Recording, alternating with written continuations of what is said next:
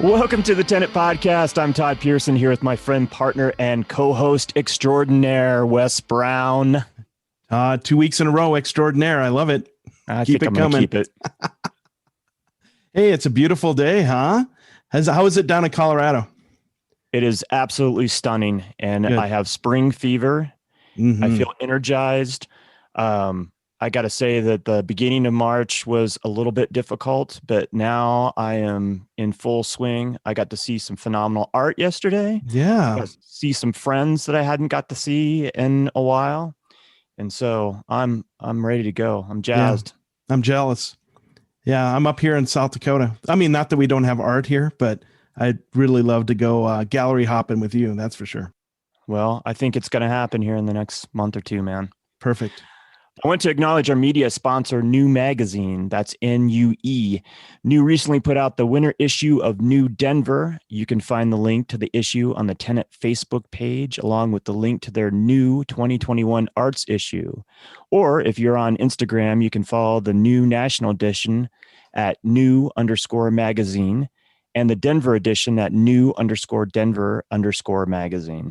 And if you've been listening to us the last few weeks, you know that coming up in April, New Denver is putting on Weekend of the Arts. This event will be happening the evening of Friday, April 23rd through Sunday the 25th at the historic Zhang building on Platt Street in Denver, and will be home to New Space pop-up gallery. COVID guidelines at the time of the event will be followed, and as we get more details for this event, we will share them with you on the podcast and on our Tenet Facebook page, so stay tuned. I had a really goofy thought this morning, Wes. What's that? I was in the bathroom taking a shower, and as usual, either have something brilliant running through my head, or I think is brilliant, or something really dumb. But I thought, maybe what they should do to get some excitement, they could close down Platt Street, bring in a bunch of fill dirt, and they could have jousting. There you go. What do you think? I'll get my horse ready. And it could be teams of artists performing and jousting. There you go. Because there's different circles. You know, if you've been in the art community for long enough, you realize that these circles intertwine, but there's definitely like different circles, different groups of artists that kind of hang out together. They could have teams jousting in the streets on Platt. All right. I'm going to get my horse ready. That's coming to Denver to joust. We probably just lost our media sponsor. Probably. Richard Kalisher's like, what are you doing? Or half our listeners. I'm excited today, though. We have a great artist to talk about. I'm very excited. Our guest this week is an extraordinary artist. And when I say extraordinary, I mean absolutely out of this world. And if you listen to this podcast regularly, you might think to yourself, these guys always gush about their guests. But the reality is we research and seek out artists that we like and that we feel are truly doing exceptional work. And this next artist definitely falls into that criteria. Our guest this week is contemporary painter Rochelle Johnson, and her website is RochelleJohnsonStudio.com. So check it out as you're listening to this and prepare to be wowed. Rochelle, how are you? I'm well. How is everyone? Good. I'm doing excellent. So happy that you were able to join us today and willing to talk about your journey and your art. I was up in Boulder with a friend of mine yesterday, so I could see the group exhibit that you're a part of up there. You're currently part of a group exhibition at the Boulder Museum of Contemporary Art that runs through May 31st. Talk about that exhibit and how it came about and what folks can expect to see when they go there. Yes, extraordinary show. The guest curator is Tia Anthony. She's a former Red Line resident, photographer, curator, who I befriended after she showed in a show called, I think it was called Still Alive. It was a show put together here at Red Line. And I'm mentioning Red Line a lot because I am currently a resident here at Red Line.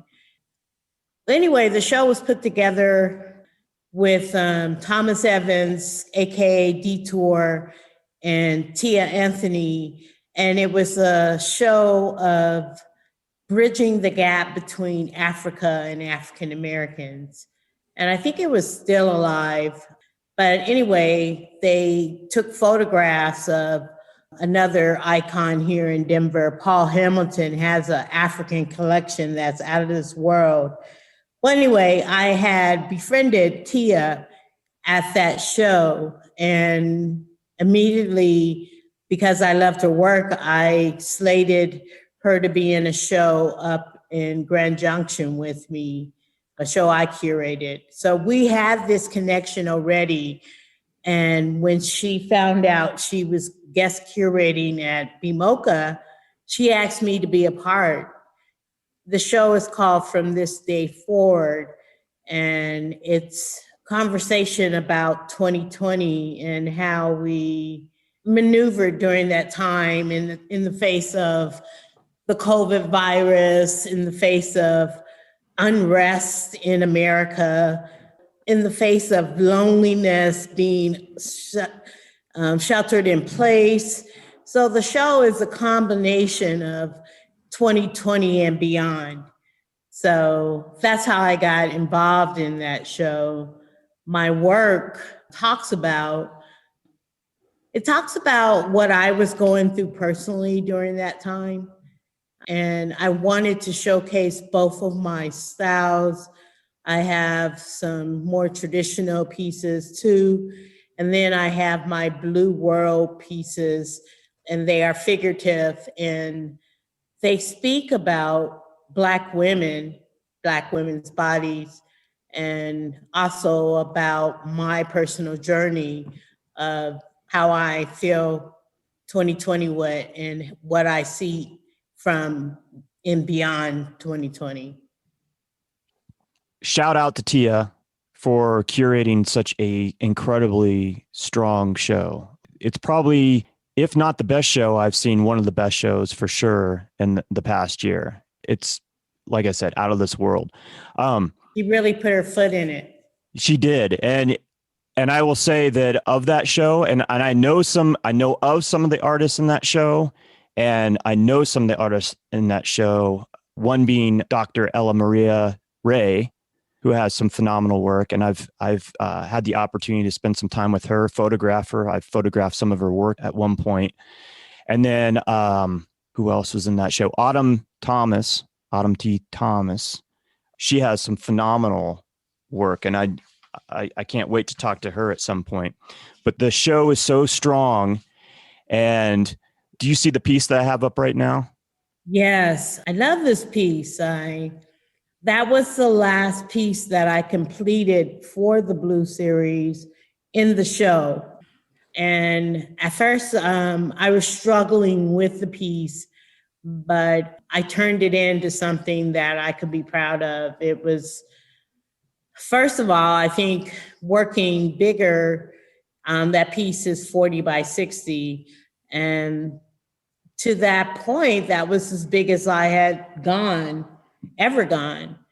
And now I'm doing a piece that's 50 by 70. So it was a little struggle trying to gauge the scale of the piece, but I'm always proud or happy to do light and shadow. That separation, it makes, my heart throb. And I think I pulled it off in this piece. Working with a palette knife and a brush all together in my work has lended to a little bit of abstractionism.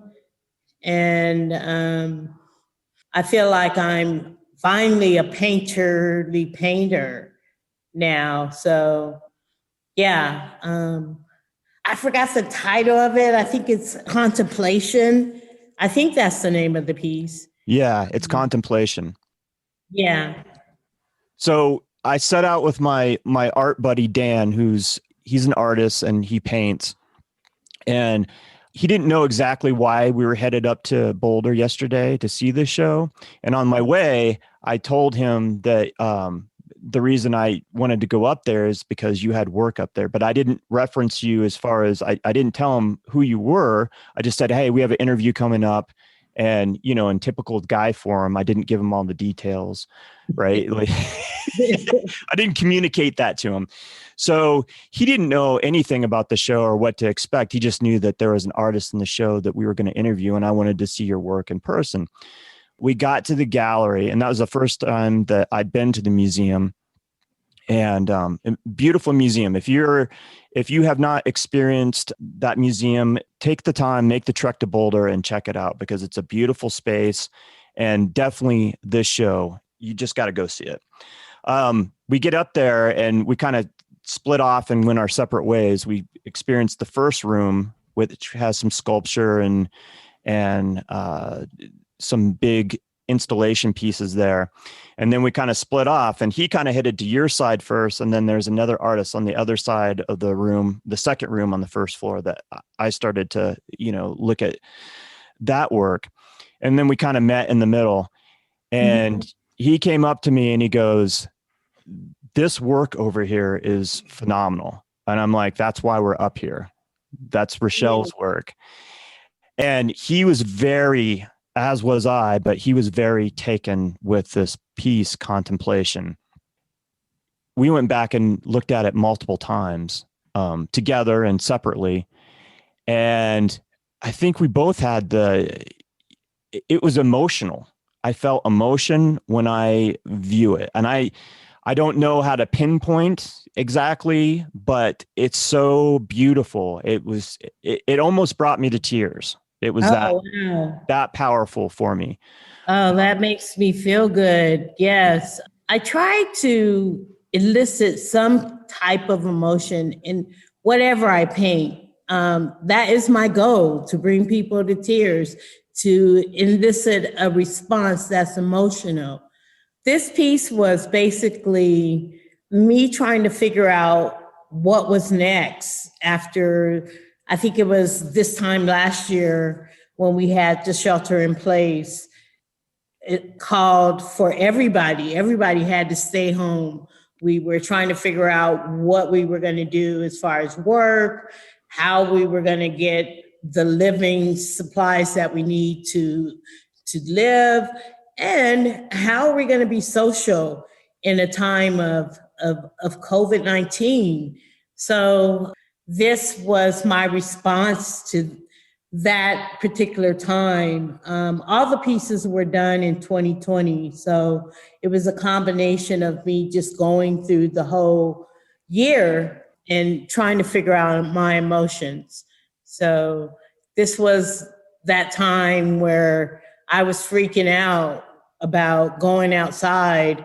The coffee shop was open, but, I was used to meeting my friends and, living a life outside of the studio that was really beneficial to me because, we spend so much time in the studio. I think when we get a chance to leave it, it becomes just a part of life. It's a release. It's something that we need to do to keep going. We're inherently a social species. And I think as much as people like to pretend like, oh, I'm introverted or, I'm not really into, socializing or what have you, the reality of it is that if there's anything 2020 taught us, it's that we are really social and we need that connection, right? Yeah, totally. I mean, I was sheltered in place because I'm like high risk, and I was freaking out.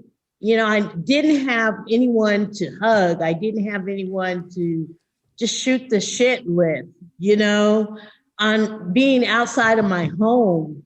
And it was making me crazy. Yeah. And I seen that with my mother too. My mother's, she just turned 80. And so she was staying home and I was trying to keep my distance from her, and I seen her emotional state really start to plummet. So there was a point during this last year that I said, okay, it doesn't matter. I'm going to go spend time with her. I'm going to make sure I give her hugs and then make sure she knows I still care, because Yeah, she was really struggling, I think. And I think it was the isolation. Yeah, yeah. So that was all part of the show, what we experienced during 2020 and how are we going to relate from this point forward. How many pieces did you have in the show? I only had 6. I was really struggling in 2020. It was a matter of, how do I paint? How do I continue to paint? And the world is totally messed up. Is this a realistic thing to be doing? I asked those questions and tried to answer them. Eventually, I kept painting, but yes, those questions were really at the forefront in my mind at the time. Like, what am I doing? Why am I painting? And I think that's a dialogue that artists have even in the best of times, right? But I think it kind of stopped everybody in their tracks, especially because we didn't know how this thing operates, this virus, and there was so much conflicting information and misinformation. I think everybody was in that period of reassessing, like, what am I doing? Where am I going with my work? Can we continue to be a viable thing that I do? I was really taken back by everything being canceled. This show was, obviously I knew about it beforehand, but there was some times where we thought we weren't really going to be able to show, so everything was canceled. And I'm thinking, are people going to be buying art? Why am I doing this? You know what I mean? It's one of those things, like you said, as artists, we ask ourselves all the time. But I had never experienced anything like this. No one else had. And I wondered if collectors would still be collecting. And how was your experience in 2020 as far as people buying art and still collecting? It was relatively pretty good, especially after the social injustice of George Floyd being killed. A lot of people reached out to me. How can we support? What can I do? I'm like, yeah, for me, you can support by buying some artwork. So a lot of people did that with me. I picked up a couple of more shows, especially in the month of February, where it's Black History Month. And I'm not one of those artists that has any qualms with that. I'll show because I want to represent. If that's the only time I ever get to show, I'm going to do it. Thankfully that the world has moved forward from that. But yeah, we got a big boost from people just realizing and wondering how could they help African American artists in the face of all this discrimination that we are experiencing. So I was thankful. That's fantastic. That's good to hear.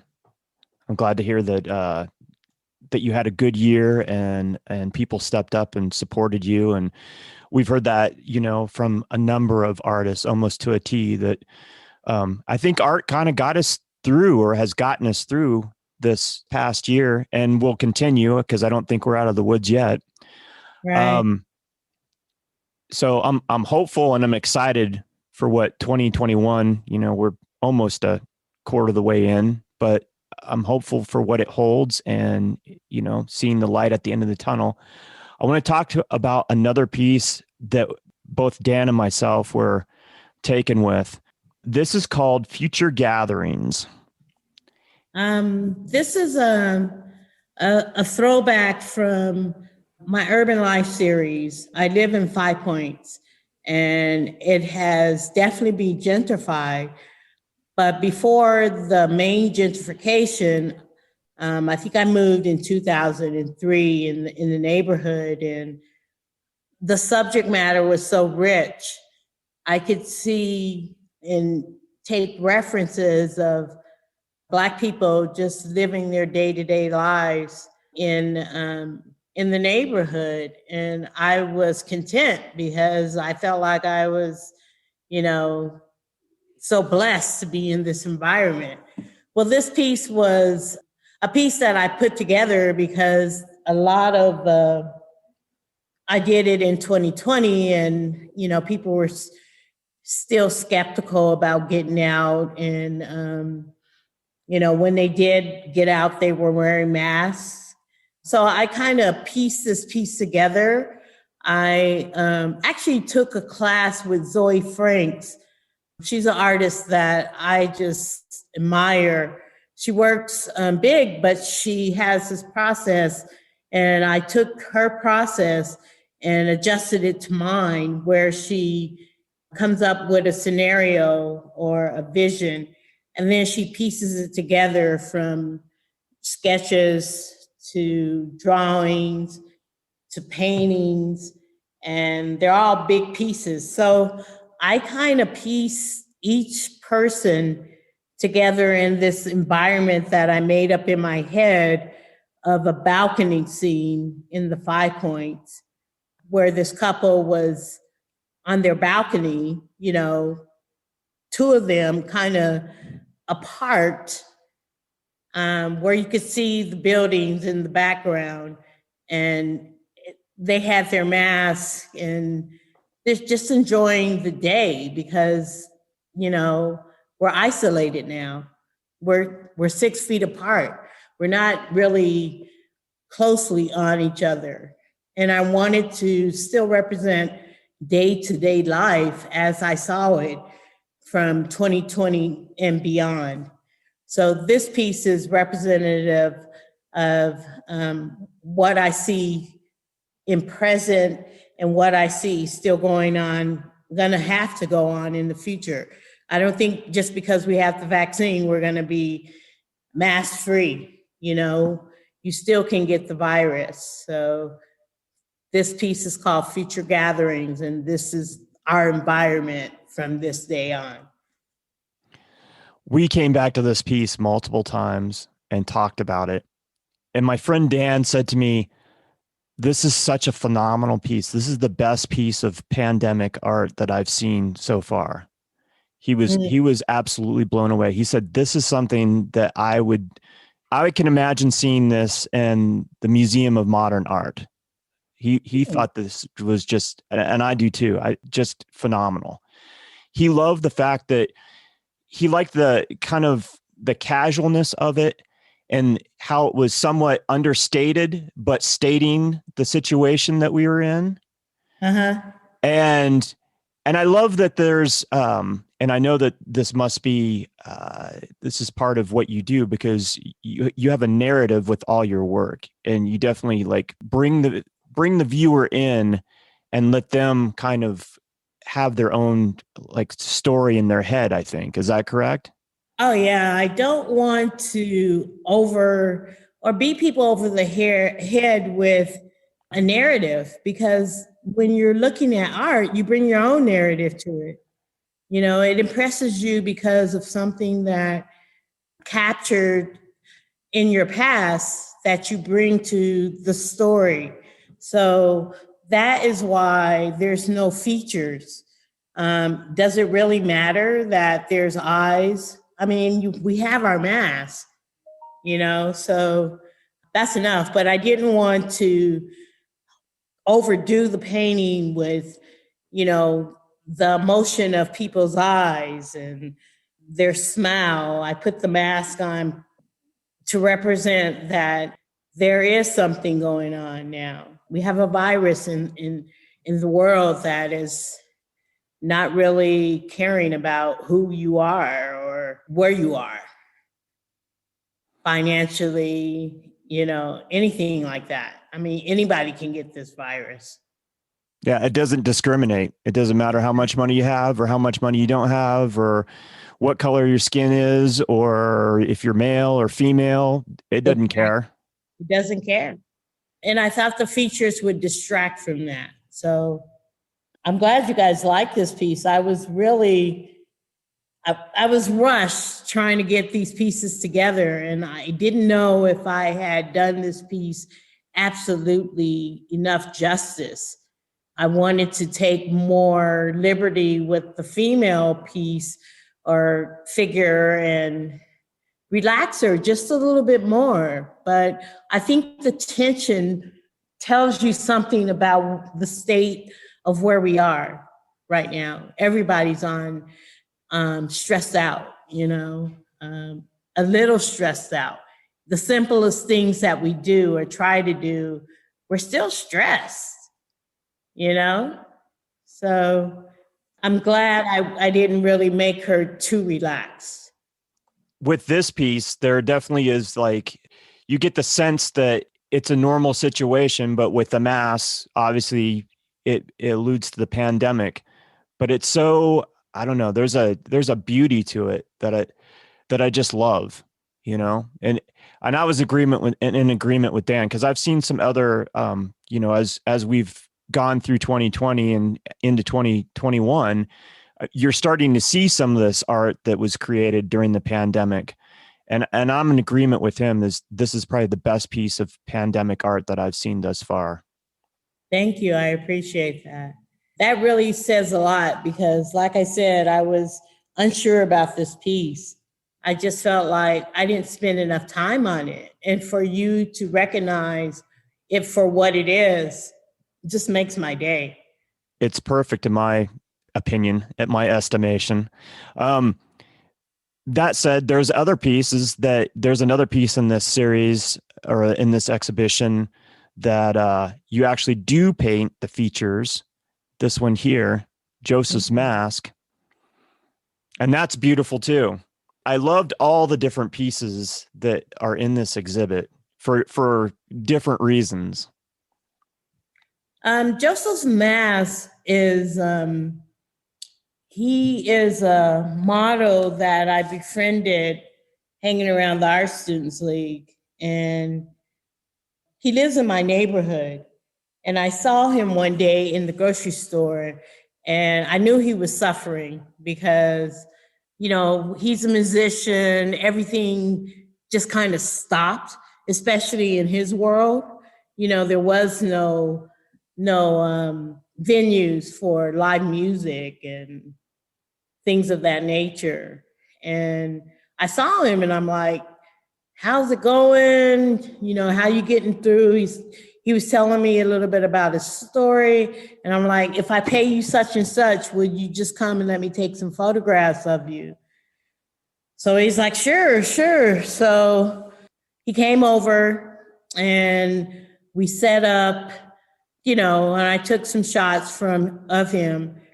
And, I came out with this painting. His eyes were so striking. And, you can tell that he was kind of like in a situation where he didn't know what was going on. He looks a little frightened, he looks like he's concerned. And having a mask that was kind of playful, it's so telling of what we still have that hope, like, oh, okay, well, I'll try to dress up and look like I'm okay. You know what I mean? So, Joseph's Mask is a model friend, Joseph, who was just telling me his story. And I hope I captured some of what he was going through at the time to bring to the viewer. I definitely think you do. I can feel the, it's a little bit of sadness of what has kind of dissipated or we lost in 2020, especially him being a musician. And, that little bit of the unknown, the fear, I definitely think it conveys that to the viewer. It's really powerful.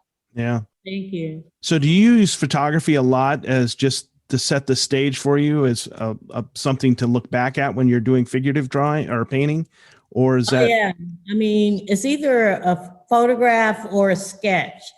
I try not to just record the photograph when I'm painting. I try to add something to it, whether it be the background or, I'm not really looking for a likeness. I'm not trying to create another photograph. But yes, I do start off with references that are either photographs or sketches. Let me ask you this. You're obviously, you love people. You are obviously a keen observer of people. Would you consider yourself an empath? Do you feel Oh people's my God, emotions? I can't believe you used that term. Yes. I feel like I am an empath. And what I mean by that is that I can feel something from a person, especially if it's a person I want to paint. I feel like I can feel what they're going through, and it comes out represented in my painting. Sometimes unbeknown to me, but I don't figure it out until afterwards or after speaking with the model, in length about their situation or what have you. But yeah, sometimes they don't even communicate it to me, and I pull it out from our sessions together or during the end of the painting, and they tell me, then they tell me their story. So yeah, I do feel like I'm an empath. That's You hit really it right on interesting. the nerves. And sometimes it's conscious and sometimes it's not a conscious thing. It's just a feeling. Yeah. I mean, when I'm painting, I don't really know what it's about until after it ends. The painting is done, and I kind of look at it and think about, what I was trying to accomplish. I always come to it with an intent, but that's merely technical. I come to it with a technical intent, but I don't get the emotional part till after the painting is completed. So yeah, I can definitely say I'm a vessel. I don't know what happens, but it definitely is a prayer when I'm painting. I love that. I love that you explained it as a prayer. Oh yeah. That's a really interesting way of explaining it. I've experienced some of that before myself, and I think I'd be curious to see how many other artists feel that way. I bet there's a lot, because you always come to it with the technical knowledge, right? And you're solving a problem that's technical.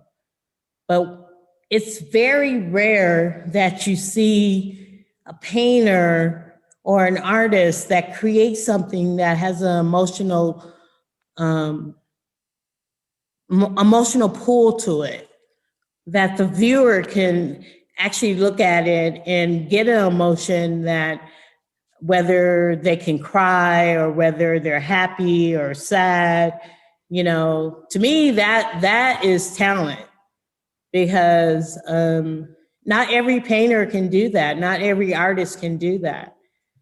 So that's what I look for when I'm looking at a painter, even if it's the masters. You just sit there and you're staring at the painting and you're getting so much knowledge, so much information from that painting. And sometimes they make you cry. Sometimes they do. That's what I'm trying to create. That's what the goal is. And that's the highest compliment an artist can get, right? When you actually make somebody feel something. Oh yeah, I think so. I mean, there's a lot of artists that are technically sound, but sometimes you want more. You don't want to just be, oh well, God, he's showing off now, you know? Oh. I'm going to share one more screenshot with you. This is entitled Past Look, and it's stunning, very arresting. Yeah, that series spoke about just trying to relax during this whole time. And this was a past piece when I started the Blue World series, and I created this and forgot all about it. And then when this opportunity came up, I found it and it just screamed, oh, put me in, put me in.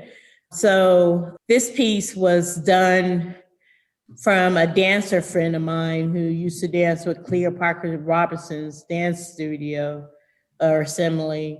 And I was just starting the Blue World series, and I wanted to do something that was just a little different.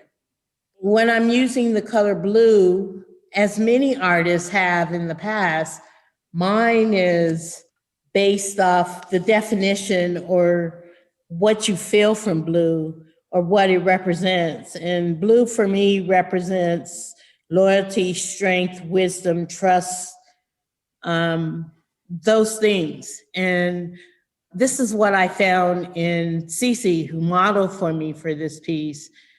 She represented all this. She was a beautiful dancer, first of all. And I took the liberty of making her blue because I wanted to say something more about just, her body or her movement.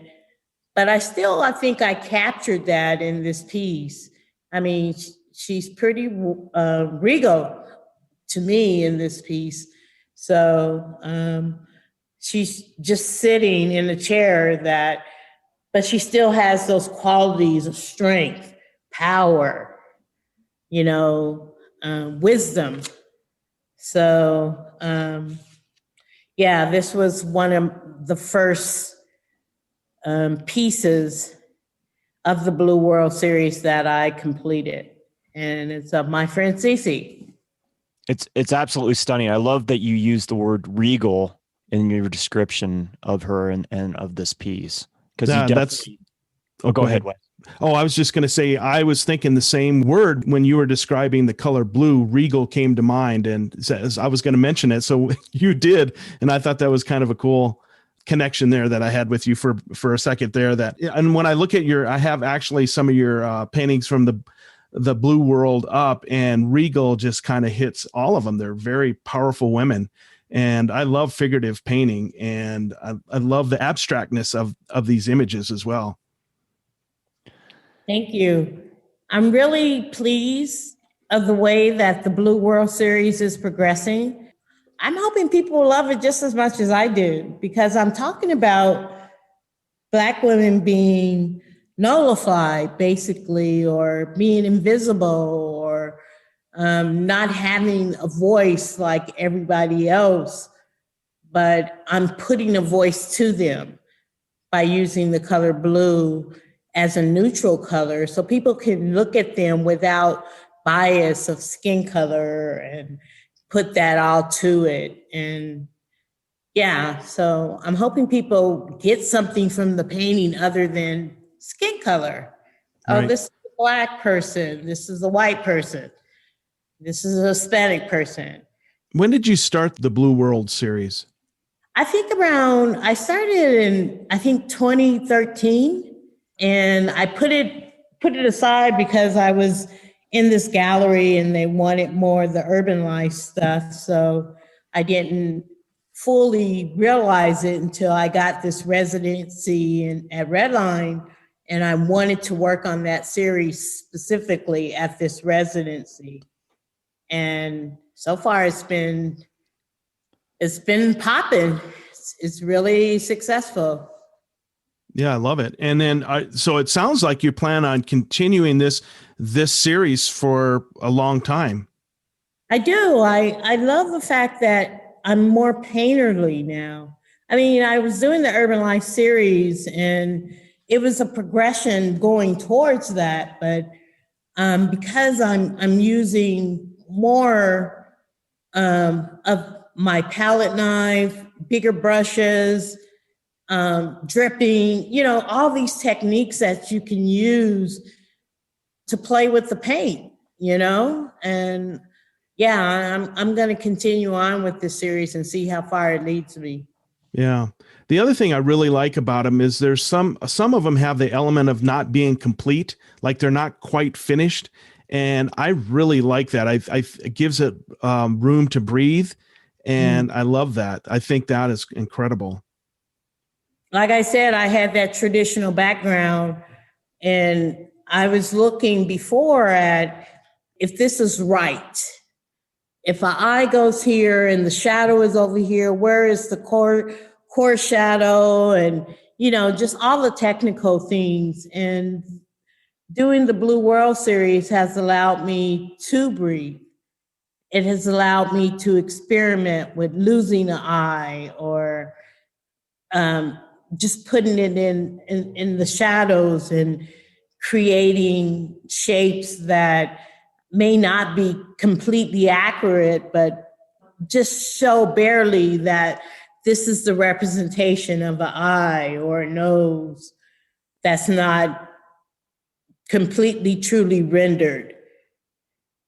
Yeah, so this is the direction I'm going into, and it's fun. It's really fun.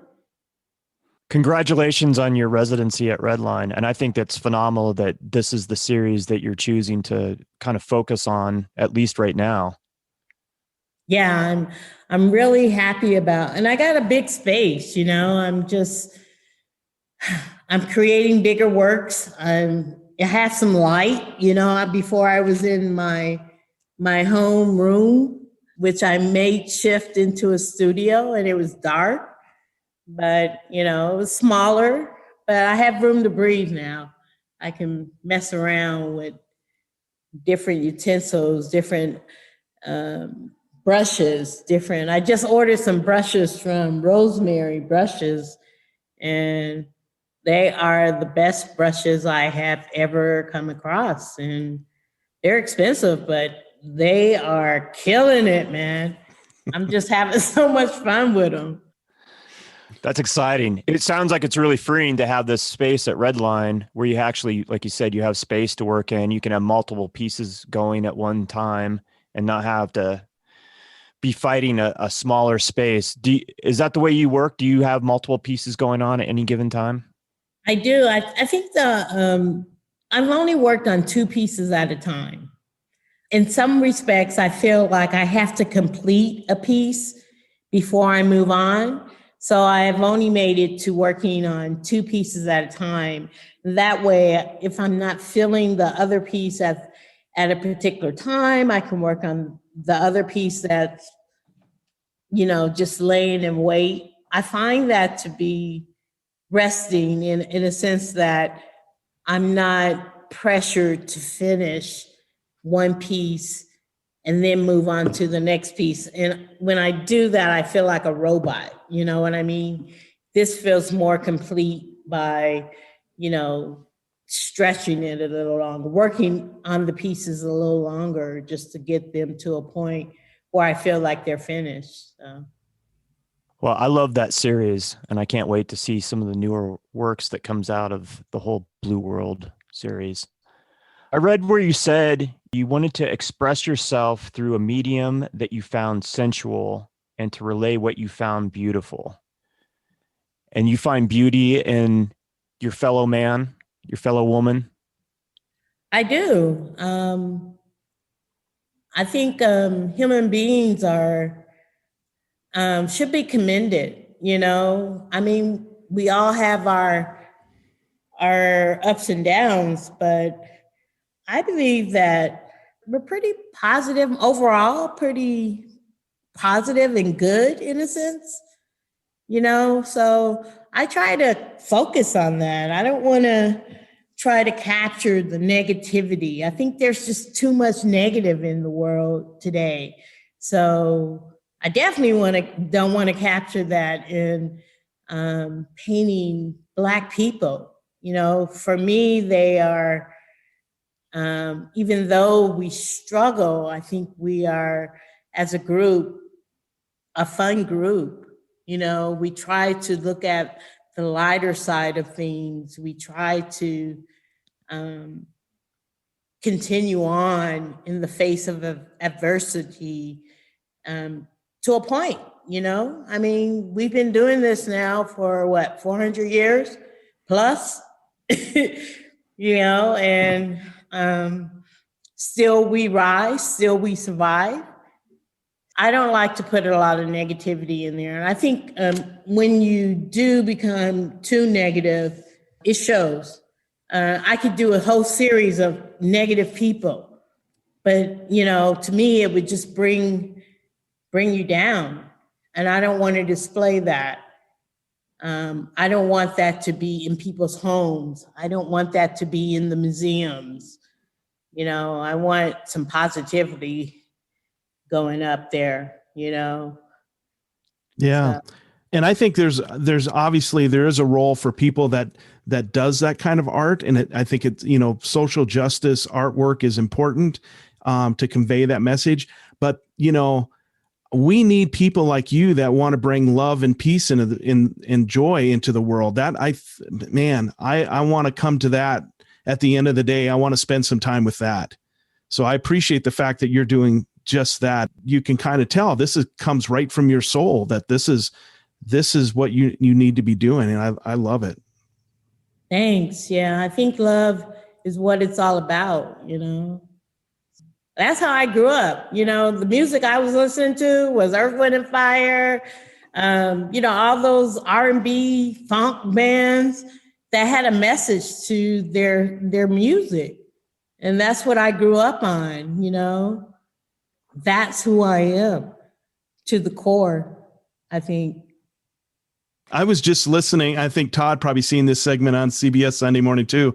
They were doing an interview with Marilyn McCoo and talking about the fifth dimension. Yeah. Oh my God, that brought back, now I'm dating myself, but that brought back a lot of cool memories because that music was just amazing. They did such beautiful work. And that whole time frame of the late 60s, early 70s, that kind of music was it was always on the radio. I just love it. Yeah. It was always talking about some kind of connection with your human being fellow man, and that's how I grew up, listening to those groups, those musical groups that was talking about something other than partying with, some champagne or something.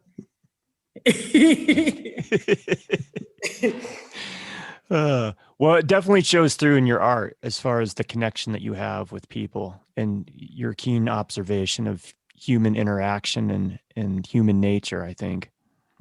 How do you feel about the art community in Denver? Do you feel like it's pretty supportive? I think the artists are supportive. Beyond that, the galleries and, it's just such a hard business to go into. But yeah, I think the artists are supportive. I graduated from Rocky Mountain College of Art and Design and went away. I moved to Seattle. And when I got back, I started going to the Art Students League.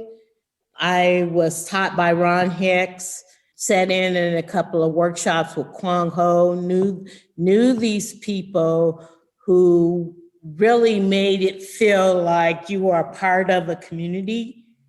And there were so many other artists that went through. I ended up working at the league too, but so I knew a lot of artists and just talked to them. What am I getting myself into? Because I didn't really seriously start this until 2009.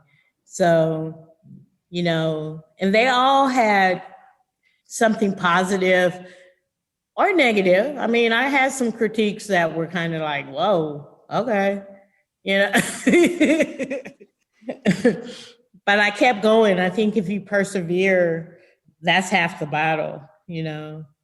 I had this one teacher, Jordan Wolfson, who bridges the line between abstraction and representational by completely dismantling the image that he's painting. He usually paints interiors or still lives.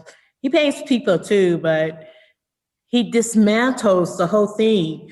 And you don't really know what it is until you step back and see, the whole big piece of what it is, and I thought that was ingenious. I also had a class with Andrea Kemp, who, she taught me how to draw.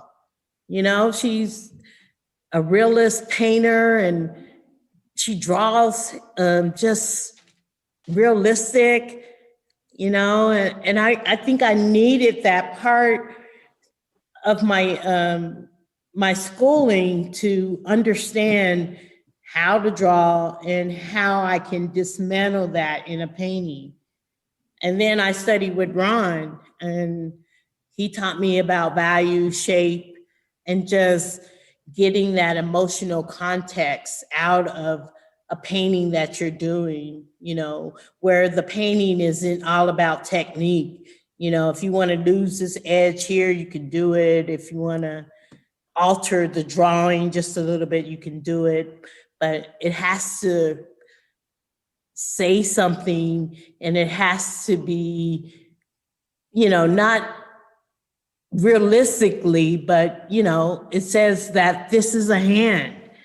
It's not realistic, but people can tell that this is part of the human anatomy, Yeah, I was just blown away about the community here of artists here in Denver and how willing they were to lend their time and critiques and love, So I have nothing bad to say about the artists here. I mean, the community is vast, and there's different cohorts, I think, because there was the Art Students League, and then you can run into somebody who's more of a contemporary painter or conceptual painter, or, it's vast.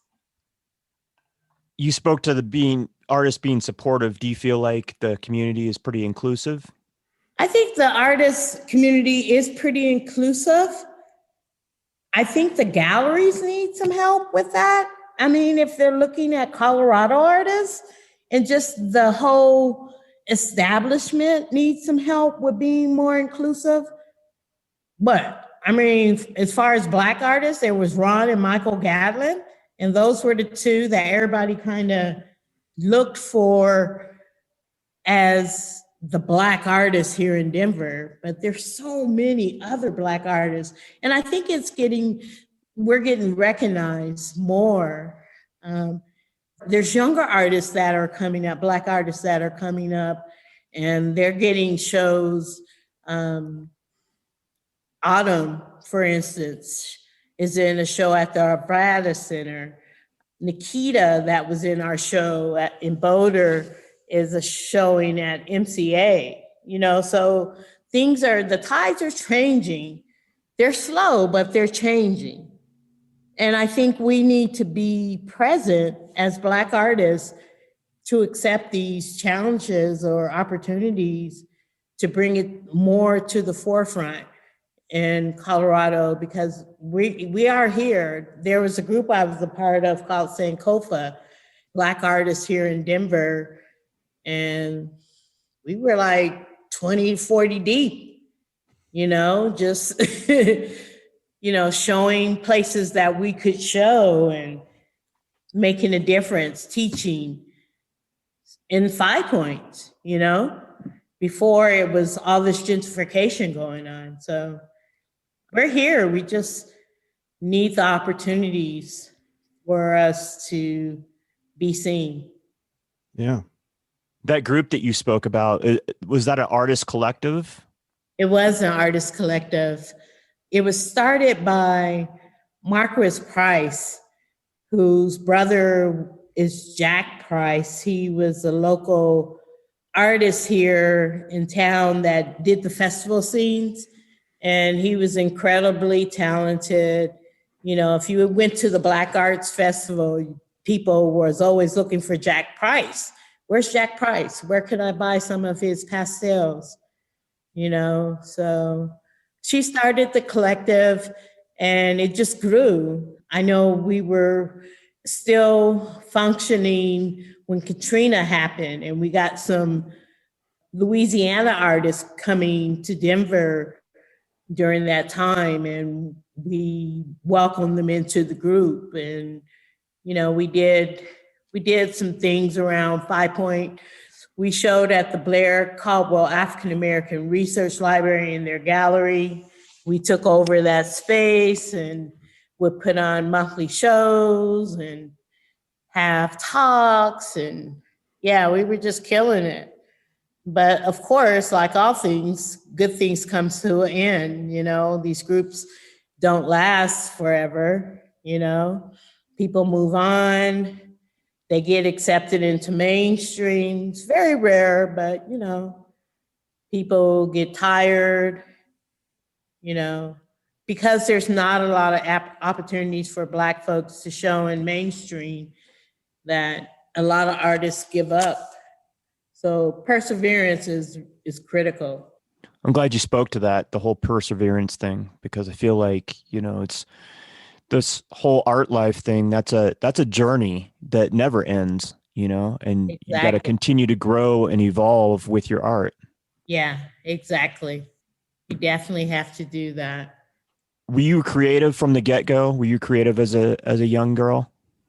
I used to draw as a young kid, but and I wanted to do the piano. That never panned out. I did do some instruments in elementary and middle school, but I never saw the life as being, I just did it. I never saw it as being a career until 2009. Even though I went to art school, I always had a job. I always had a job to supplement my projects. Even when I moved to Seattle, I worked at the Bar Association. I worked in jazz clubs in Seattle where I had to pay the bills.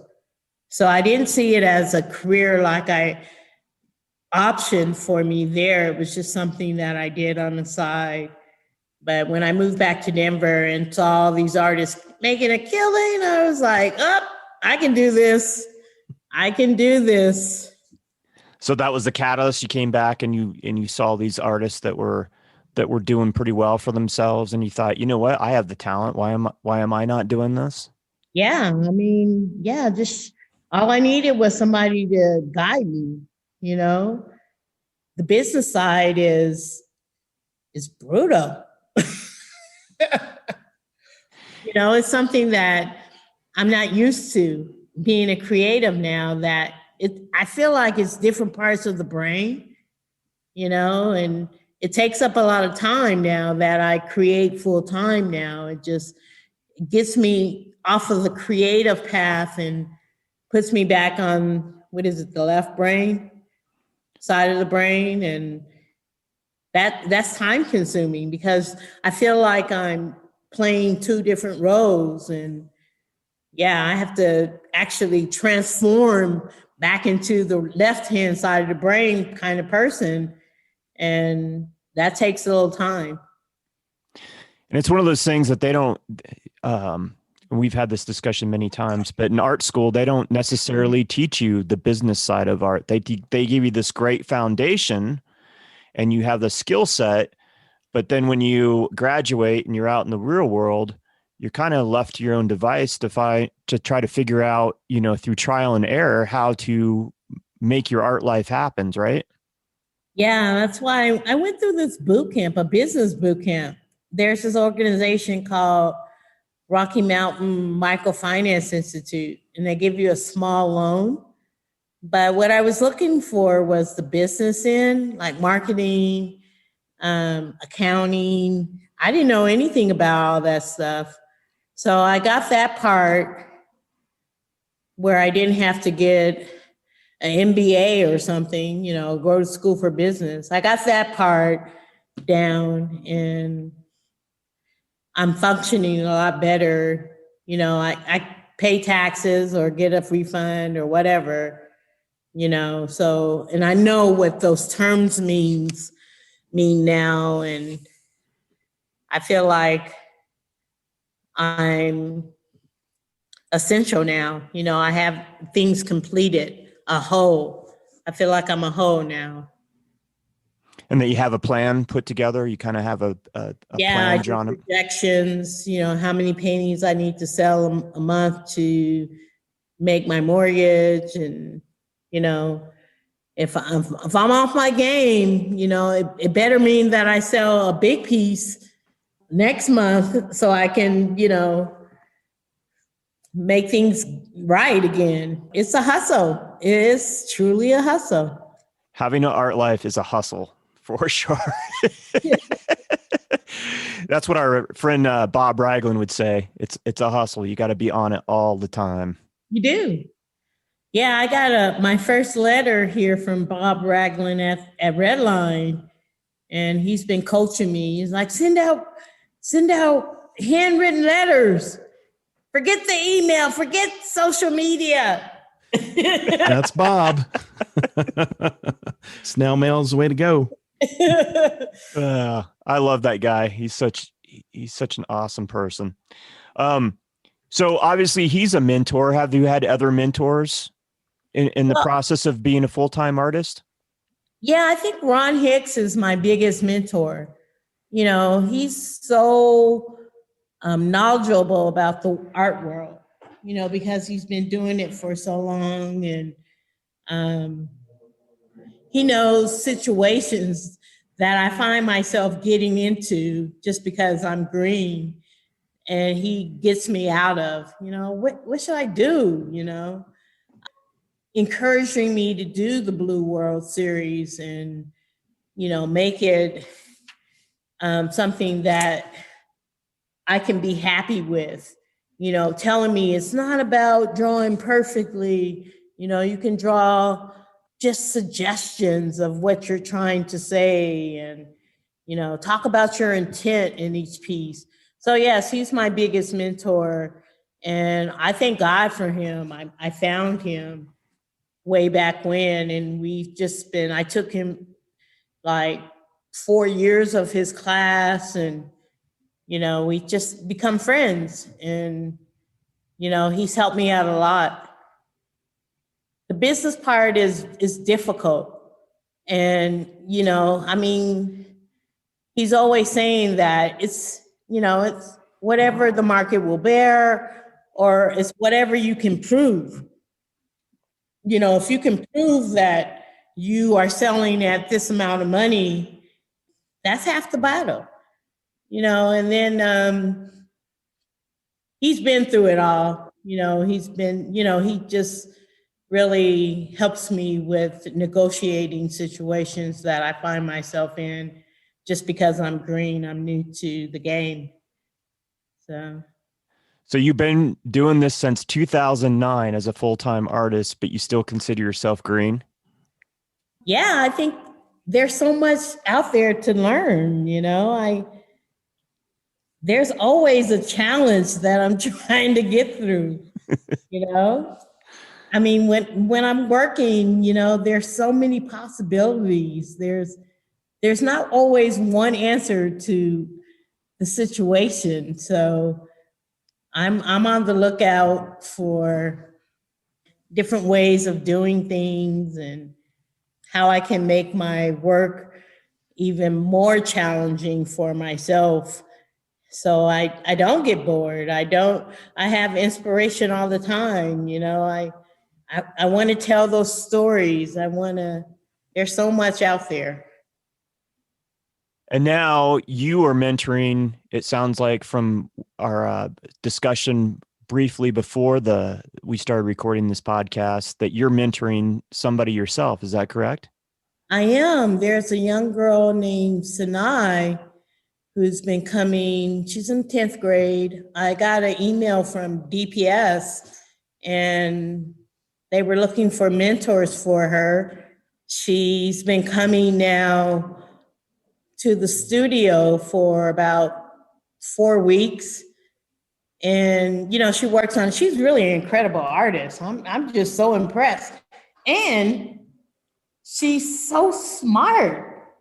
I mean, she interviewed me, and these questions she asked me, I was like, you're in the 10th grade? Wow, why are you thinking about this stuff? But she's on top of things. She wants to go to NYU. She wants to develop her art in a way that makes her feel good. She doesn't want to study under someone who's going to just make her a robot of what they do. She has her own voice and what she wants to talk about. She's killing it. So yeah, I feel really blessed to have her coming in, listening to me, and it's really kind of cool. Molding young minds is kind of crazy. It's fantastic, right? I mean, it's a great way that you're giving back and helping give tools to the next generation. And that's inspiring in its own way, right? Oh yeah, it's definitely something I grew up wanting to do and grew up doing. I was always helping out my church family with the young kids that would come to Sunday school or something like that. So I didn't know it was going to morph into this, but it's kind of cool. Well, it makes sense, right? You grew up doing this and being part of it, and now you're giving back to this young woman. Yeah, it's really nice. I really enjoy it. Where else do you draw? What else inspires you, or where do you draw inspiration from? Right now, I'm trying to not really fix myself, but in a way fix myself. So I'm drawing inspiration from me, things that I have been going through, and either I want to change or want to talk about in my work. So painting can be helpful when you are trying to express your feelings or trying to take something that you have pain from or joy from and creating something so someone else can see it. Therapeutic, it can be, and it has been for me. I mean, because you're really meditating when you're in your practice and painting. You're meditating. And for me, I talk to myself. I'm like, working out problems, not only on the canvas, but within my psyche. It's therapy, right? It's therapeutic. Yeah, definitely. It can be. And I think that's wonderful that you talk to yourself. We've talked to a number of artists, and they all say the same thing. They say that that's a sign of intelligence when you talk to yourself. Only painters. Only artists can say that, We talked to a photographer in Florida recently, and she said the same thing. She's like, I walk around with my camera in hand and I'm just constantly talking to myself. And I know people just think I'm crazy, but that's just part of my process. And I got a kick out of that. I think that's wonderful. Yeah. You talked about art being therapy and about some of your feelings. What kind of feelings are you trying to get out, to process? Well, a lot of it for me, especially during 2020, was isolation, being lonely. I live by myself. So I was trying to process that whole thing. I'm like, I'm never, I mean, I'm an introvert, yes, and I spend time in the studio, but I have friends, and processing just being with yourself for so long was a journey. And going outside and walking around the block was not cutting it. That was just making it worse for me. Talking on the phone when you can't see someone's eyes and expressions, So yeah, trying to navigate that whole thing. And thank God I have this residency. I can come here, and even though we have our studios to ourselves, there's always someone inside the gallery that you can hold a conversation with. You can see people, even though we're masked, you can hold a conversation with someone. And for me, that was a godsend because I was stir crazy, especially being in the winter here in Colorado, when it's a chore trying to walk to the grocery store and then you're freaking out at the grocery store because there's so many people there. Some people just order in their groceries. I was trying to go somewhere, Get out, right? Yeah. Nothing was open. So I saw those people at the grocery store who were just wandering around the grocery store. They didn't really have to buy anything. They were just there. That's a pretty keen observation. I early on, when everything started to, they were limiting how many people, and obviously everybody's wearing masks. There was a point in time where I was walking around one day and I was looking at everybody in their, sweatpants, because they looked like they hadn't like changed their clothes in like 3 days. Right. And all masked up. And I actually kind of like laughed out loud, because I thought, if you would have told me last year at this time that I would be wandering around the store, pretty much doing what you're saying, as far as I'm just happy to be out and about, and seeing other people, but we would be in this situation. And it just struck me as both humorous and ridiculous and sad all in one, fell swoop. It's something that it's a challenge, yes, but you have to work at it. You really do, because there are those families that really are stuck together, but do they really communicate?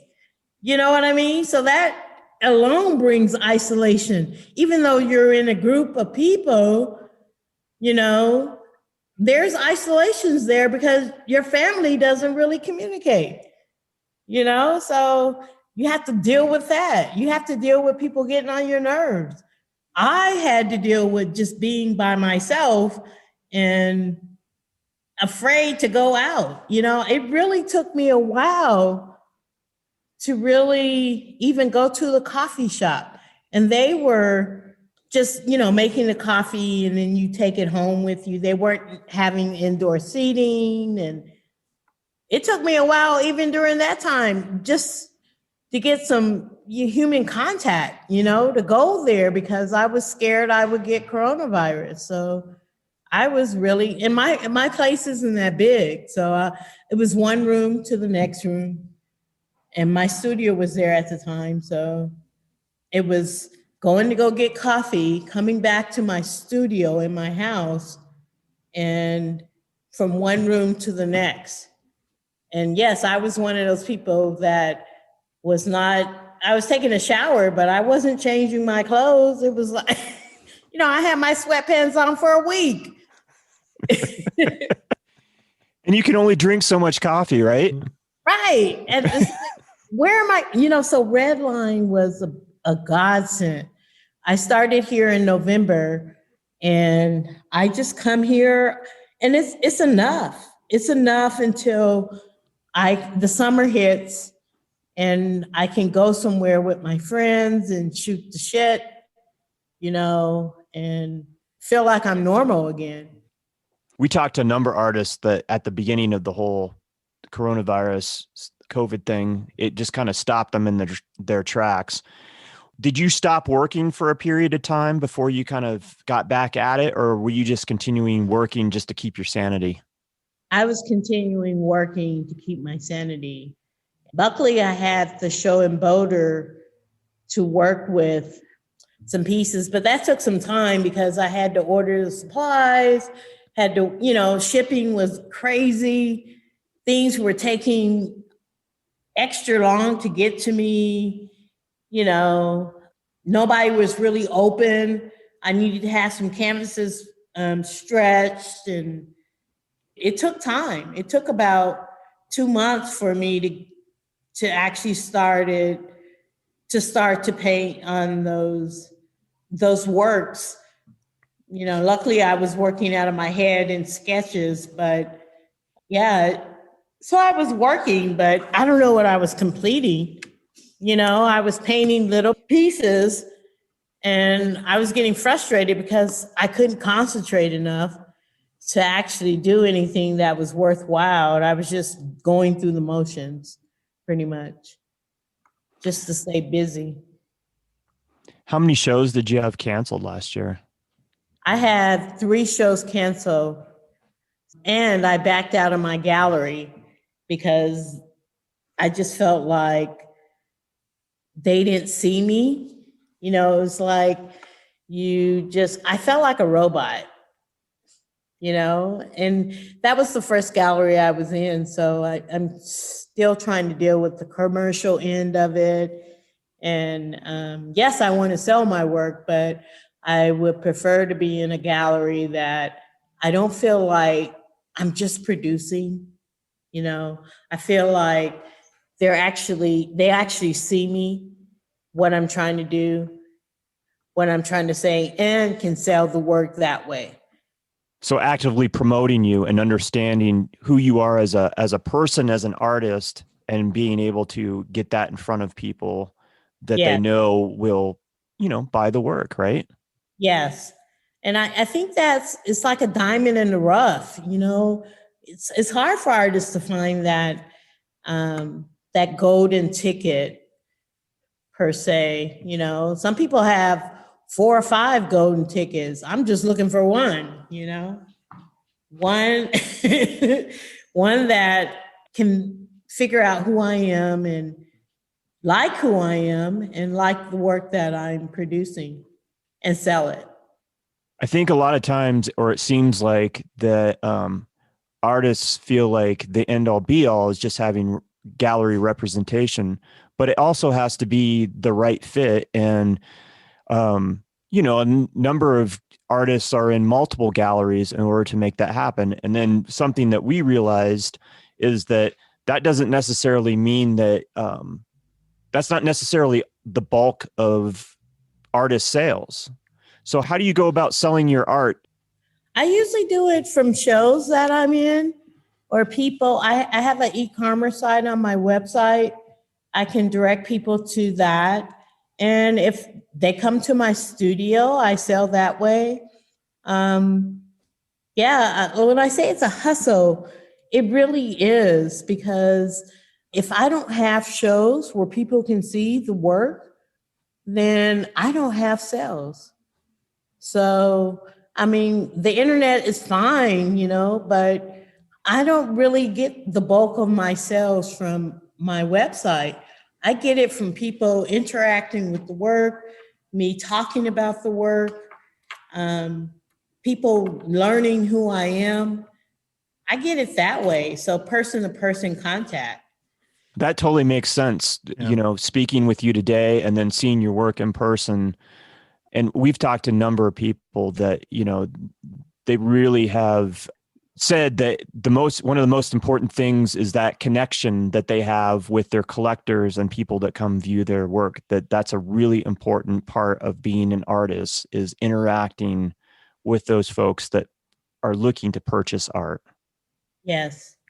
I think that's the main thing. I think, people say that the internet is taking that away.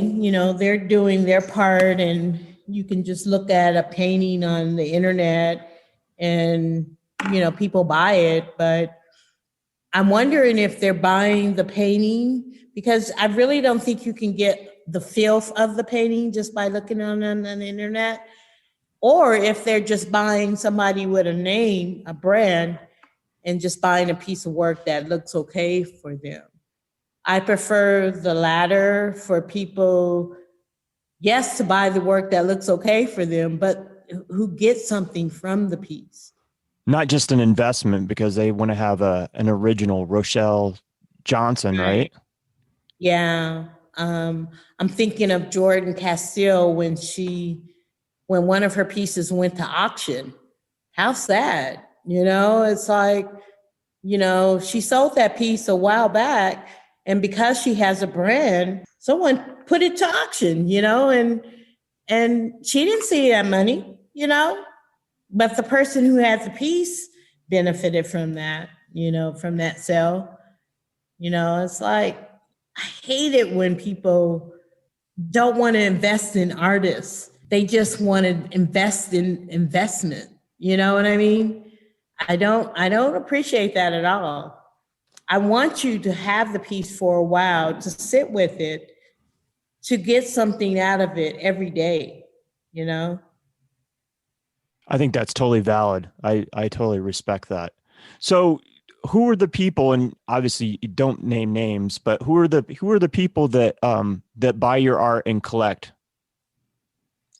I think, which is weird because I've been selling my urban life series for so long, and that's mainly African American people, Black people, you know.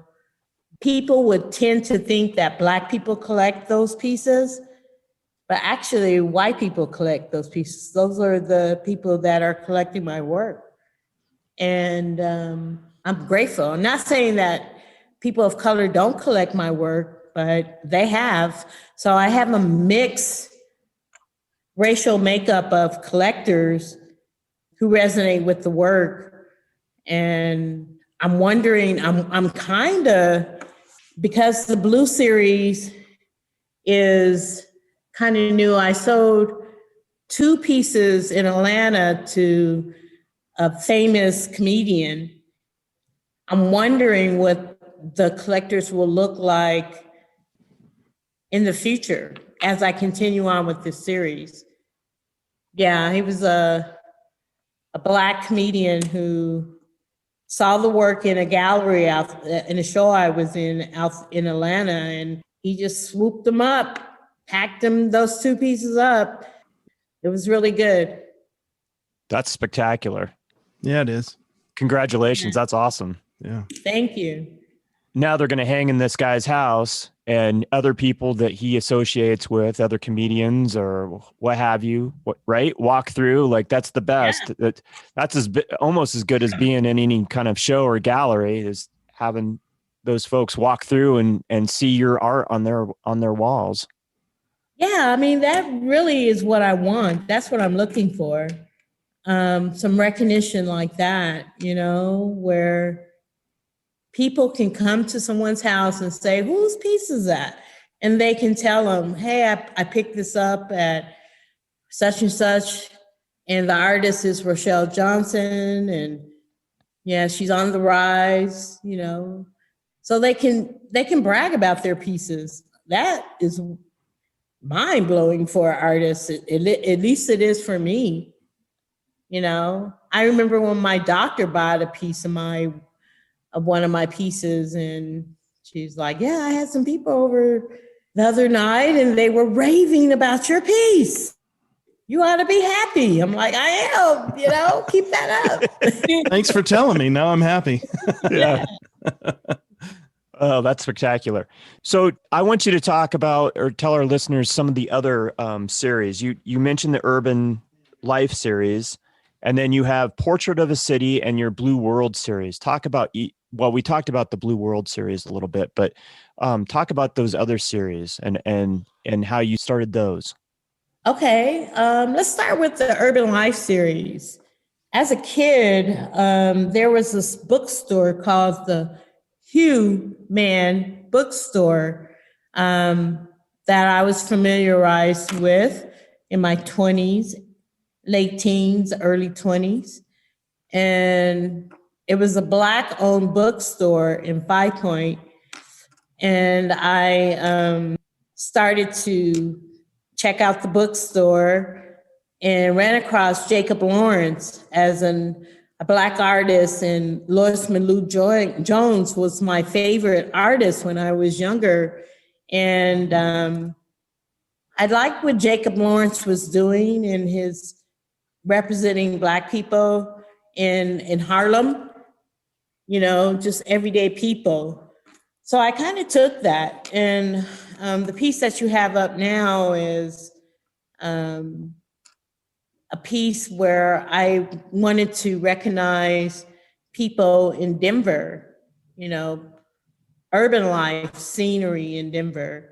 And this piece was a piece that I took a reference of downtown on the 16th Street Mall, where there was this guy playing the horn.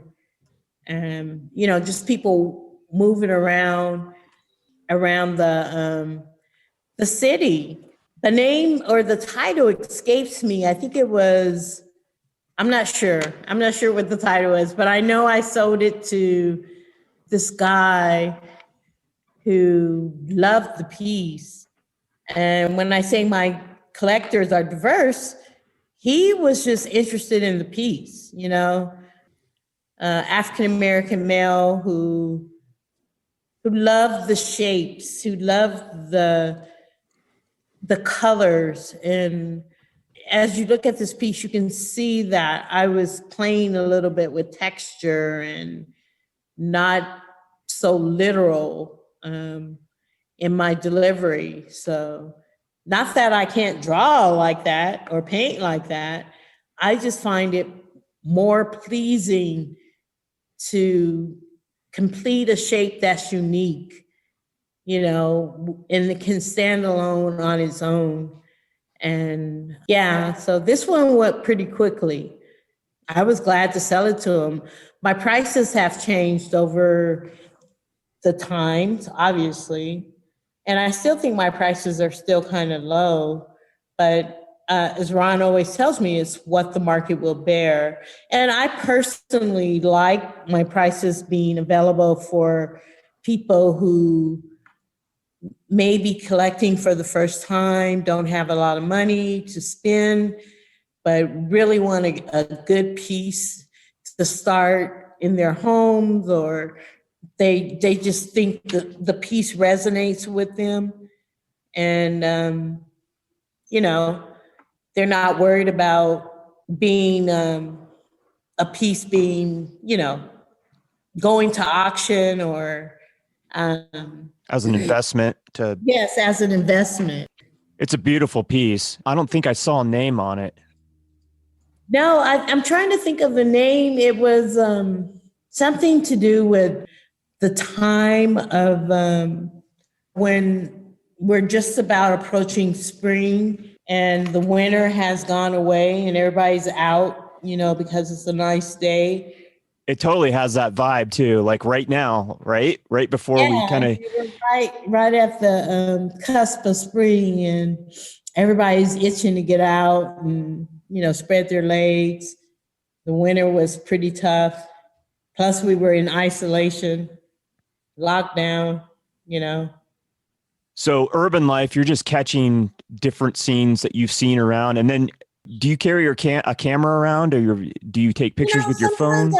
I specifically go out if I, you know, feel like I need to reconnect with everybody. I take my phone or my camera. That was a phone picture, you know, because I was just out walking around. So urban life is basically a combination of people doing ordinary things in an urban setting. So, and since I live in Five Points, when I started that series around 2003 when I moved to the area, and the subject matter was so lush that I started taking photographs of what I was seeing in the community here and making paintings about that. I remember me thinking about, oh, I want to get a gang member with his colors hanging off his, you know, in his pocket. I want to take pictures of people on the light rail because I live right by the light rail. I want to take pictures and do paintings of the gritty side of urban life. So that was my intention behind doing the Urban Life series. Then I moved to Portrait of a City. That was a solo show that I did at the McNichols building. And I wanted to capture the gentrification that was happening in my neighborhood. So people I was befriending, and gentrification, it was tough for me. Because I moved to Five Points because I knew it was a Black neighborhood, and Capri Chicken was right on Welton Street. And then, you know, things started changing. We got a Jewish bagel shop, Rosenberg's. We got yoga studios. You know, gentrification hit Five Points, and it was severe and dramatic for me. Well, it just totally changed the vibe of the whole neighborhood, right? I mean, It did. I kind of grew up in Denver, and my family church was on 24th in California. So I was in this neighborhood all the time, even though I grew up in Park Hill. My father had a business in Five Points. So it was kind of like a dream for me to capture Black people doing something that was ordinary because we were so vilified in the past. You know, when you think about Black men hanging on the corner shooting dice and stuff, that was we were vilified for that. That was not the norm. That was taboo. So I wanted to capture that because I felt like that was my norm. That was what I enjoyed seeing people out. That was joy for me. I wanted to capture that in my paintings. I think that's powerful to be able to capture your community before it changes and while it's changing. And in that essence, you kind of remind me of Romare Bearden and Clementine Hunter. You know, she captured from memory, you know, what it was like as a young girl living in the South. And I think those kind of portraits of a community or a city are so important to capture. Yeah. And I love your Urban Life series. I think that is just amazing.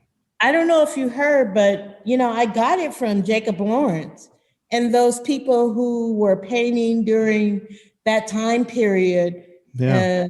You know, and they were doing murals. The WPA was offering artists a chance to explore and do something for their communities.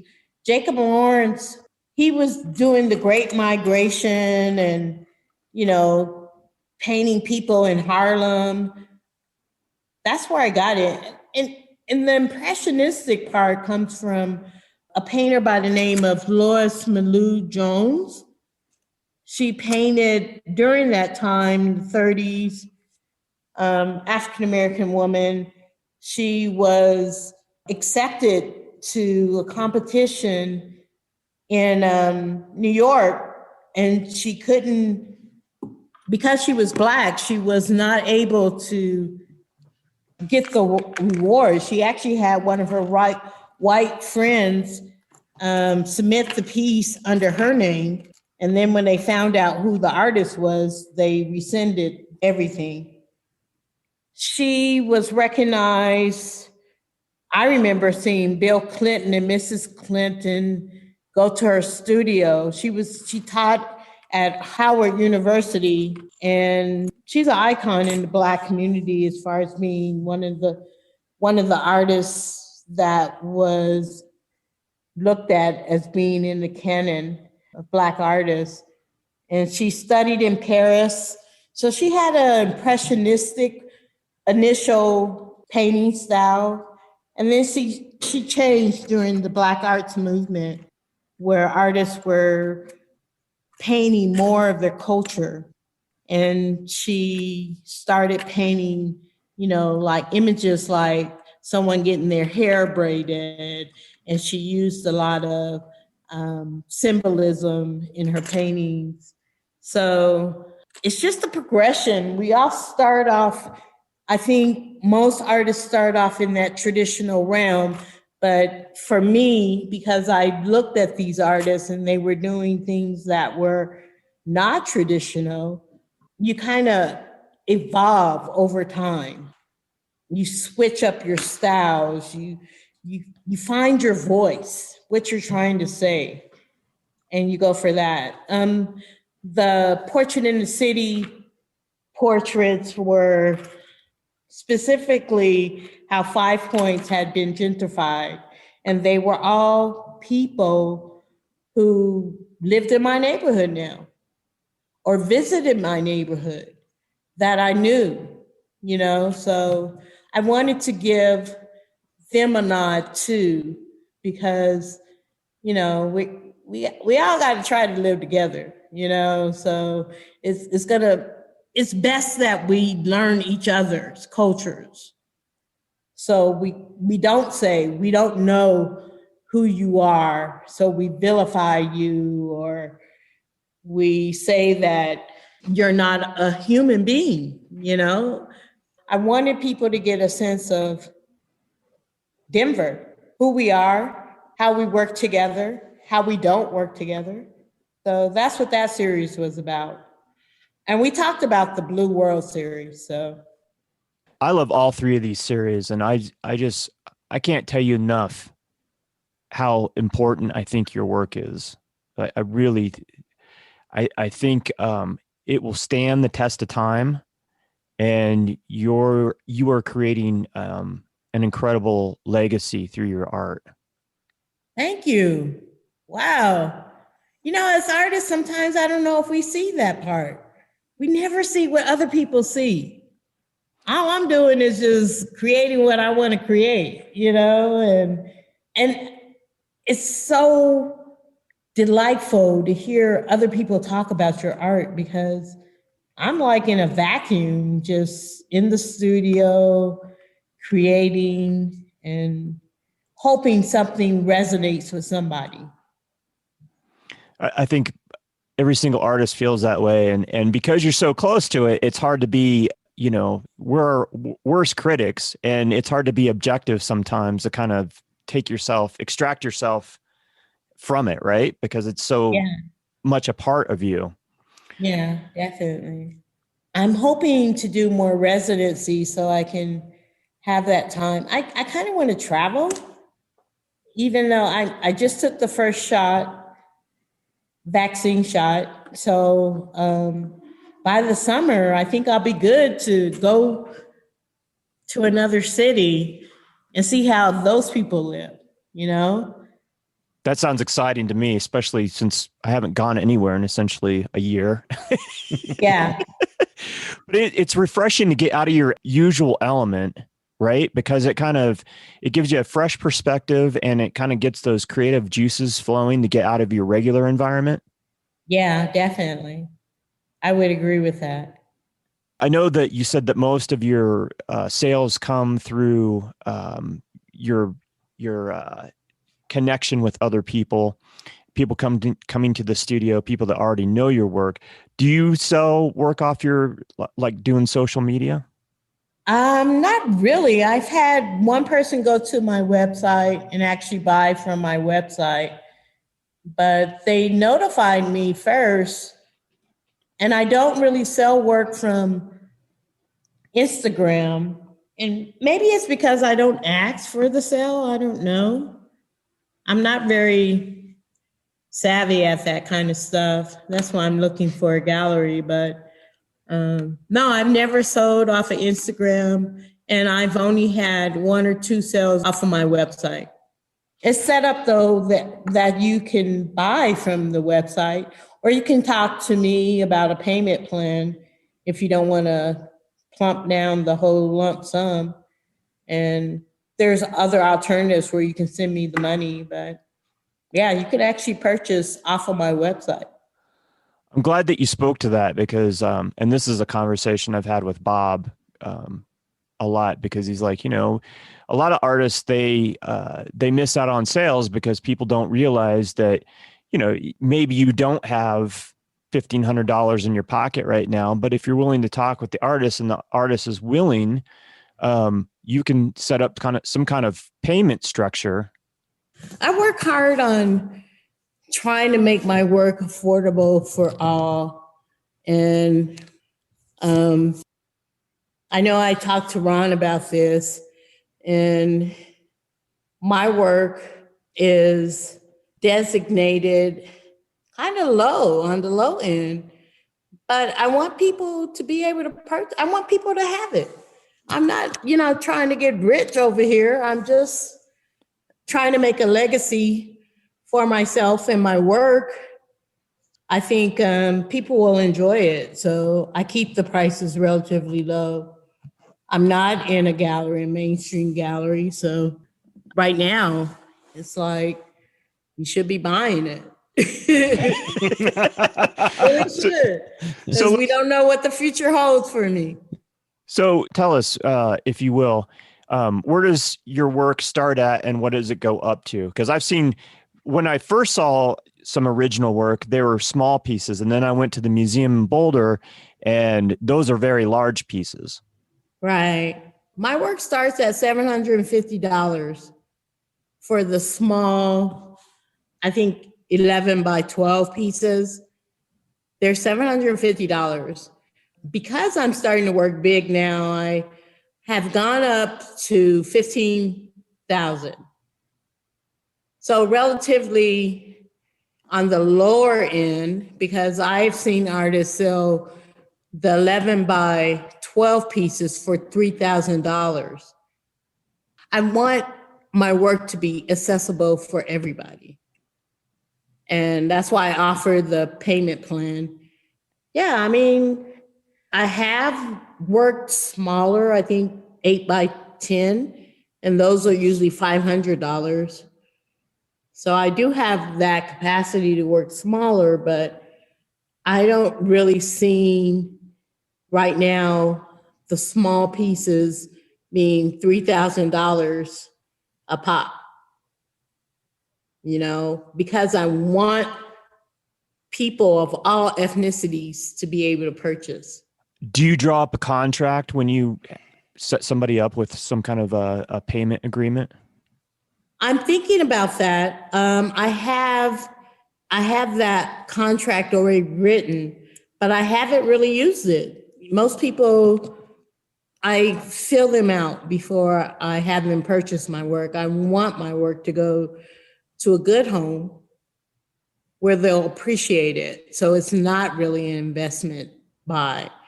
So if I talk to you and feel like you're a worthy person to have a peace of mind, because that's what it's really all about, then I just, hey, give me half down now and half down before I give you the piece of work. I don't let go of the work until they paid, but it may be a year before they come up with that money, and I'll hold on to that piece because I'd rather it go to a good home than just, somebody who doesn't really appreciate the work. Have you ever turned down a sale because you just didn't feel like it was the right person, the right situation? I'm in negotiations with a person that wants the piece, Joseph's Mask. She already out the gate disvalued the artwork. She knew what she wanted to pay, and I'm like, well, my work is already pretty inexpensive. This is what I want you to pay. And so we're in negotiations right now, but I'm already having that feeling that you get where, well, maybe this piece isn't for her, especially if it's a stretch right now. Yeah. It's for someone else. Yeah. That's a really interesting situation. And I could see how, if you have kind of that gut feeling like, I don't know, and 9 times out of 10, I always say that, if your head, your brain, your heart, or your gut ever, gives you that weird feeling that it probably is the right feeling. If you don't feel good about it, then yeah, you might have to reassess what's going on. Right. Yeah. And I can really tell I never think money is the issue. I don't think money plays in that. It's whether you want to spend the money or you devalue the artwork, or you don't like it. You just want to buy for investment reasons and trying to get a deal, because, I would hate for a piece of mine just to be packed up in someone's storage because they bought it for investment reasons and it never sees the light of day. I think these paintings are crying out to be heard and to be shown and, to be seen. So. Absolutely. Do you have a formula that you kind of work off of to try to price what your work is? I do by size. Yeah. Right now it starts me in the general direction. And then people have been talking to me about the capacity of, just pricing for, how long or the labor or, what you feel this piece is worth. But right now I'm just going by size. And I think that is a good guide, because unless I paint the hell out of something, I don't really see 8x10 going for $5,000, I mean, because I want my paintings to be collected by the general public and not necessary people that always have means. Yeah. What other tips would you give artists? You talked about perseverance, which I think is incredibly important as far as being an artist and having a career in art, art life. You talked about you've educated yourself on your own as far as taking business classes outside of your formal art training or formal art school. What other tips do you think are important for artists to understand and know? It's important for artists to know they have to be in the game for a reason, and it shouldn't be guided by finances. If you're in the game to make $1 million, then you're in the wrong game, because it's so subjective who becomes rich and famous. And it's what the market will bear. But there's so many other factors that come to mind when you're talking about being famous in this game. It's a relationships game, and you have to be up for that, or you just won't sell anything, And that's okay if you want to be Vincent van Gogh, But I think we're all in the business to get our art out there to the public, to get some feedback. I mean, really, we're painting for someone else. And we're painting for the public. People will say, oh, I'm painting for myself. But really? You're painting for someone to see this and say, oh, good job. Good job. And then I'll compensate you for this job. Well said. What other things do you have going on this year? Do you have any other shows coming up that you'd like to mention? I'm at Redline, and we do have an annual residence show. I think it's going to be coming up in November. And I did an awesome piece. I'm still waiting on the curator to talk to us about the show, but it has its foot in Afrofuturism. So I'm already familiar with that. And for those of you who don't know what Afrofuturism is, it is a term described by, I think, Delaney. I think he was an author talking about speculative fiction and just the arts as it relates to African Americans or Africans, the diaspora, being in the future. So you'll find a lot of sci-fi writers like Octavia Butler is considered the queen of Afrofuturism, but there's other writers that write speculative fiction, and there's also artists, musicians. One name in particular is Sun Ra, but there's Parliament and Funkadelic, the group that I grew up on, where it places Black people in the future. So I'm working on, I finished a piece that talks about sci-fi, mystery, fantasy. Those are the genres. Visual artists that are known for that genre are, I mean, because it's something that is never going to go away. Obviously, we're talking about the future, and we're talking about Black people in the future. It talks about the past, the present, and the future. It's all connected in some way. And we're going to have that show here at Redline. I think the curator is basing it on imagination. And I'm looking forward to it. That's one show. And then we'll see. We'll see what's next. Fantastic. Social media, you're on Facebook and Instagram, correct? I am on both of those platforms. Instagram is at Rochelle Johnson Studio, and Facebook is just Rochelle Johnson. And I think on my Facebook, I have a painting of an older painting on as the icon. And then you can go to my website at www.RochelleJohnsonStudio.com. Fantastic. Rochelle, thank you so much for spending a good portion of your afternoon. We'll let you get back to work. But I really appreciate the time that you've given us today to talk about your art, your work, and all the things that you have going on right now. I can't say enough about your work. I can't wait to come visit you sometime at your studio. I'd like to do that. And I truly believe that you're making really important art right now. Your painting is just phenomenal.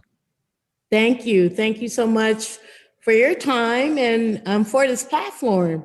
This is exciting and a great surprise to me. So I appreciate you guys. And I'm with Todd. I can't wait to come down and see your stuff in person and swing by Redline and see what you're working on. Like you had mentioned earlier, you really don't get a sense of the person's work when you're looking at it on Instagram or Facebook. So I'm super looking forward to coming down and see it in person and spend some time with it. Great. The invitation is always open. Great. Thank you so much. Let me know when you're going to come. I'll be here. All right. Check out Rochelle's website. Check out her social media. Show her some love. And for the Tenant Podcast, I'm Todd Pearson. And I'm Wes Brown. Have a great week.